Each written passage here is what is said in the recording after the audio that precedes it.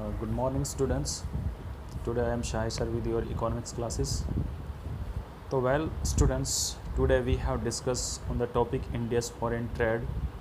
Last video I have already discussed on the topic India's foreign trade, but in this topic we have discussion on the composition and direction of the foreign trade.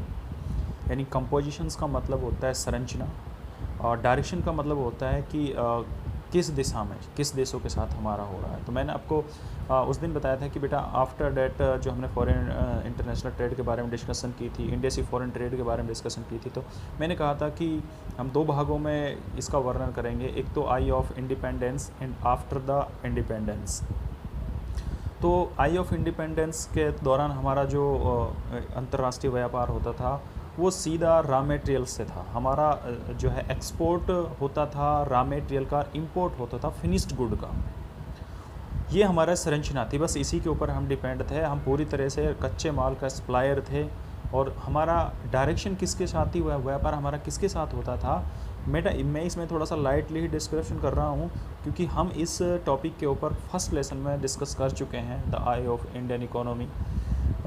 तो उस दौरान हमने इसके बारे में वर्णन किया था, लेकिन फिर मैं थोड़ा सा इस पर डिस्कस करता हूँ कि उस दौरान जो हमारा व्यापार था, अंतर्राष्ट्रीय जो व्यापार था, वो हमारा इंग्लैंड के साथ होता था ज़्यादातर, क्योंकि इंग्लैंड और यूएसए के साथ होता था। ज़्यादातर तो इंग्लैंड के साथ होता था और उससे जो कॉमनवेल्थ कंट्रीज़ थी उनके साथ होता था। और किस चीज़ का व्यापार होता था, हम कच्चे माल का व्यापार करते थे और वो रॉ मटेरियल जिनको हम बोलते हैं, रॉ मटेरियल का हम एक्सपोर्ट करते थे इंग्लैंड की तरफ और वो लो प्राइस पर जाता था।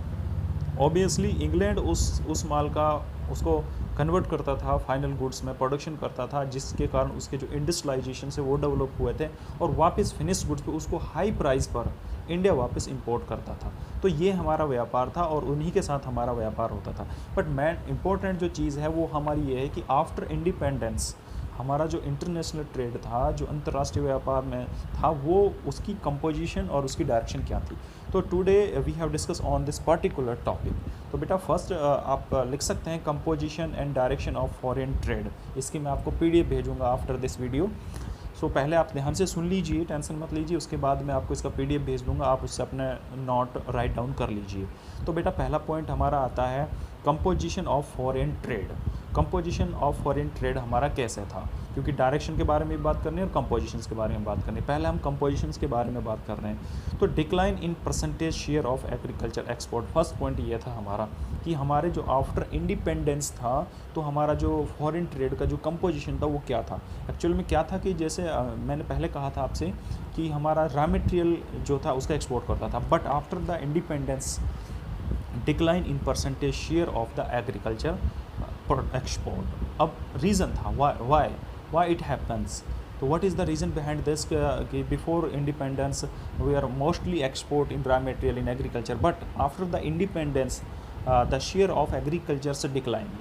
तो उसका रीज़न ये था because India start using its farm product as a raw material for its domestic industries. Can you understand? क्योंकि India started using its farm products as a raw material for its domestic industries and rising in India's population has raised the domestic consumptions। तो बेटा इसका reason ये था कि जो India ने after independence अपना इंडस्ट्रियलाइजेशन ग्रोथ करने के लिए जो कच्चा माल का हम पहले एक्सपोर्ट करते थे इंग्लैंड के लिए, उसको एक तरह से रोक लिया और उसका प्रयोग खुद अपने देश में करने लगे कच्चे माल के रूप में। दूसरा, इंडिया की जो पॉपुलेशंस थी वो बहुत तेज़ी से इंक्रीज़ हो रही थी, तो उसका मोस्टली भाग यहीं कंज्यूम कर लिया जाता था। बढ़ती हुई पॉपुलेशन के कारण जो हमारा सरप्लस रॉ मटेरियल था उसका उपभोग यहीं कर लिया जाता था। तो बेटा पहला हमारा ये रीज़न था। उसके बाद जो दूसरा हमारा शेयर था वो था decline in percentage share of conventional items. Conventional का मतलब होता है बेटा जो परंपरागत होती है, हमारा परंपरागत रूप से जिन चीज़ों का हम एक्सपोर्ट करते आए थे उन चीज़ों के परसेंटेज शेयर में डिक्लाइन हुआ। अब जो कन्वेंशनल कौन कौन से प्रोडक्ट थे बेटा, जैसे जूट, टी, फूड ग्रान्स, ये चीज़ें थी जिनका हम जो पहले से ही हम इनका एक्सपोर्ट करते आते थे, इनके परसेंटेज में भी डिक्लाइन हुआ आफ्टर इंडिपेंडेंस। एंड थर्ड था बेटा increase in percentage share of manufacturing goods. अब देखिए थोड़ा कंपोजिशन में परिवर्तन आ रहा है। अब क्या हुआ कि यहाँ पर जो मैन्युफैक्चरिंग गुड्स थे उनके परसेंटेज में वृद्धि हुई आफ्टर इंडिपेंडेंस थे। हमारा जो फॉरेन ट्रेड था, अब हम क्या करने लग गए कि रॉ मटेरियल का डिक्लाइन हो गया। दूसरा जो हमारा एक्सपोर्ट जो बढ़ने लगा था वो हमारा मैन्युफैक्चरिंग गुड्स का बढ़ने लगा था। और मैन्युफैक्चरिंग गुड्स में हमारे जो बहुत सारी चीज़ें आती हैं, जैसे जिम्स एंड ज्वेलरीज। आपको मैं बता देता हूँ, इंडिया से highest exporting categories of goods, यानी इंडिया का जो सबसे ज़्यादा एक्सपोर्ट हो रहा है उसमें जिम्स एंड ज्वेलरी का सबसे बड़ा शेयर है।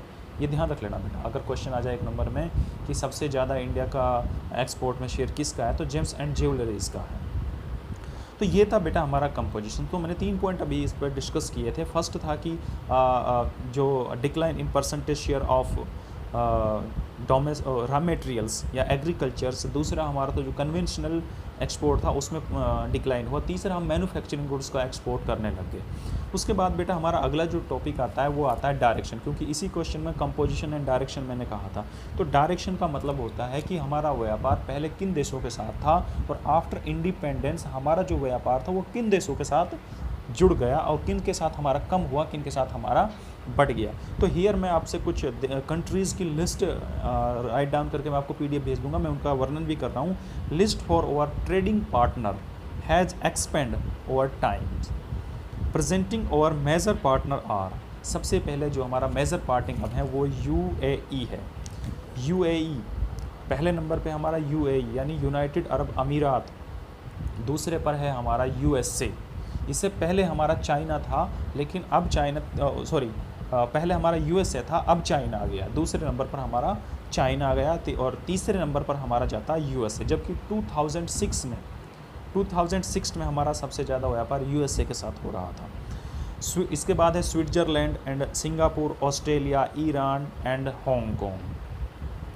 बट प्री 1951 यानी 1950 से पहले जो हमारा ट्रेडिंग पार्टनर था वो सबसे ज़्यादा UK के साथ था। मैंने स्टार्टिंग में ही डिस्कस किया था, UK के साथ था, USA के साथ था और कॉमनवेल्थ कंट्रीज़ थी, उनके साथ हमारा सबसे ज़्यादा व्यापार होता था। लेकिन आफ्टर इंडिपेंडेंस इसकी डायरेक्शन में परिवर्तन हो गया और ये मुड़कर क्या हो गया, इनके साथ जो हमारा व्यापार था वो धीरे धीरे कम होता चला गया। और जो UAE है, यूनाइटेड अरब अमीरात है, चाइनीज़ है, इनके साथ हमारा एक्सपोर्ट और इंपोर्ट दोनों ही बढ़ते चले गए। अब इस समय हमारा जो सबसे ज़्यादा व्यापार हो रहा है वो UAE के साथ में हो रहा है और दूसरे नंबर पर चाइना है, तीसरे पे USA है बेटा। तो इस तरह से हमारा जो है डायरेक्शन में थोड़ा सा परिवर्तन आया। और उसके बाद देखते हैं बेटा, उसके बाद हमारा आता है in recent years over leading trading partner in UAE। I have already discuss that कि UAE के साथ हमारा सबसे ज़्यादा है यूनाइटेड अरब अमीरात। अब मैं आपका थोड़ा सा आंकड़े आपको बता रहा हूँ, वो आपको बेटा ध्यान रखने पड़ेंगे। वो PDF जब भेजूँगा उनको अपने जो सब कॉपी है उस पर नोट डाउन कर लेना और उनको ध्यान रखना पड़ेगा आपको। तो उसका लिखिए बेटा, मैं बता रहा हूँ सबसे पहले जो हमारा इंडिया का जो एक्सपोर्ट शेयर है वो किसके साथ कितना है। तो हमारा इंडिया के साथ एक्सपोर्ट जो है USA के साथ है हमारा 15.3% पहले नंबर पर। दूसरे पे आ रहा है हमारा UAE, ये एक्सपोर्ट की बात कर रहा हूँ। और वॉल्यूम्स की बात है जो सबसे ज़्यादा हमारे UAE के साथ है वो दोनों को मिलाकर होता है। तो UAE दूसरे नंबर पे, उसका हमारा 11.3% है UAE के साथ। तीसरे पे हमारा आ जाता है चाइना, यानी ये वो देश हैं जिनको हम एक्सपोर्ट करते हैं, जिनको हम यानी हम निर्यात करते हैं, जिनसे हम प्रॉफिट कमाते हैं। तीसरे पे चाइना था जिनको हम 3.7% का एक्सपोर्ट करते हैं। और फोर्थ अदर्स में हमारे सारे आते हैं जितने भी जो कंट्रीज़ हैं जिनके साथ भी हमारा व्यापार होता है उनका सबके साथ टोटल हमारा 69.7% फिर आता है बेटा हमारा इंडिया सा इंपोर्ट मतलब जिनसे हम आयात करते हैं, वस्तुएं मंगाते हैं। तो ऑब्वियसली प्रैक्टिकली आप देख सकते हैं सबसे ज़्यादा हमारा इंपोर्ट चाइना से होता है। और चाइना से क्यों होता है उसका मैं रीज़न बता दूंगा आपको। चाइना से जो हमारा इंपोर्ट है वो 15.9% है। कितना है? 15.9%। उसके बाद US से आता है, USA के साथ हमारा 5.8% है। फिर हमारा सऊदी अरब है, सऊदी अरब के साथ हमारा 5.27% जो है इंपोर्ट है। अदर कंट्रीज़ के साथ हमारा जो है वो 68.6% है। तो बेटा इस तरह से अब हम अभी देखा था कि चाइना के से हम सबसे ज़्यादा इंपोर्ट करते हैं। China has succeeded much more than India in harassing the gain of international trade. International trade में जो चाइनीज़ है वो सबसे ज़्यादा प्रॉफिट वो इंडिया के साथ एक्सपोर्ट कर रहा है और इंडिया से बहुत आगे है एक्सपोर्ट करने में, तो वैसे भी वो वर्ल्ड की जो है टॉप इकोनॉमी बनती जा रही है। तो इंडिया जो है वो हमारा चाइनीज़ से बहुत पीछे है एक्सपोर्ट के मायने में। उसके बाद बेटा कुछ चीज़ें और हैं जो मैं आपको कराना चाहूँगा कि एक एक नंबर में पूछ लेते हैं। एक क्वेश्चन आ जाता है a year of great 1921। Year of great जो है हम 1921 को बोलते हैं और ए ईयर ऑफ डिवाइडेंड वो हम 1991 को बोलते हैं। तो दो है, दोनों में डिफरेंस पूछ लेना। यानी ए ईयर ऑफ ग्रेट 1921 और ए ईयर ऑफ डिवाइडेंड 1991। फिर है अब इसका रीज़न क्या था, हमारा जो एक्सपोर्ट था बिफोर इंडिपेंडेंस जो हमारा इंटरनेशनल ट्रेड में था, तो वो था क्या कि हम जो है उसके बाद हमने अभी पहले डिस्कशन किया था रिफॉर्म में 1990 की जो पॉलिसीज़ थी। ये जो हम पढ़ रहे हैं ये अभी इंटरनेशनल जो ट्रेड था वो आफ्टर इंडिपेंडेंस और 99 के बीच का है।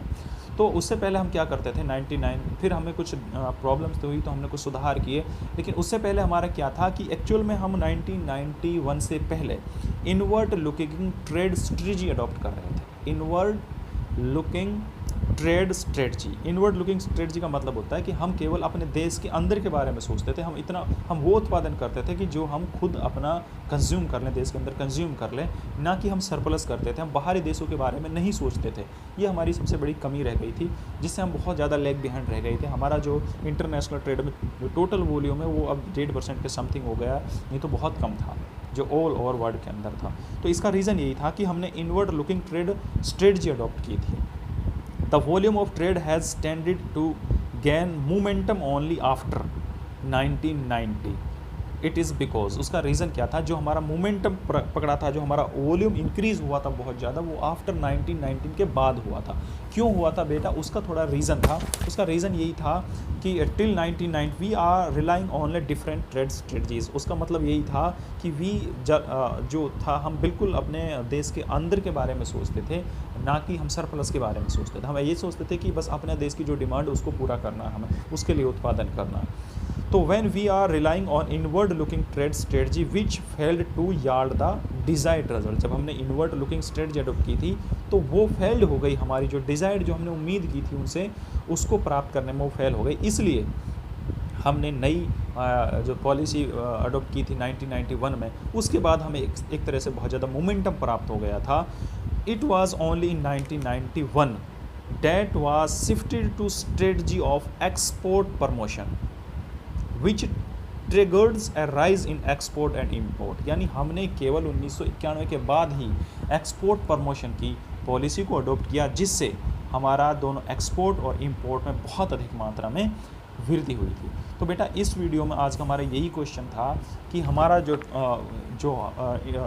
फॉरेन ट्रेड था उसका कंपोजिशन और डायरेक्शन क्या थी, और इसमें मोमेंटम कब आया, कौन सी ईयर में आया, क्या क्या रीज़न थे, क्यों हम 1990 से पहले हमारा जो वॉल्यूम था वो बहुत कम था।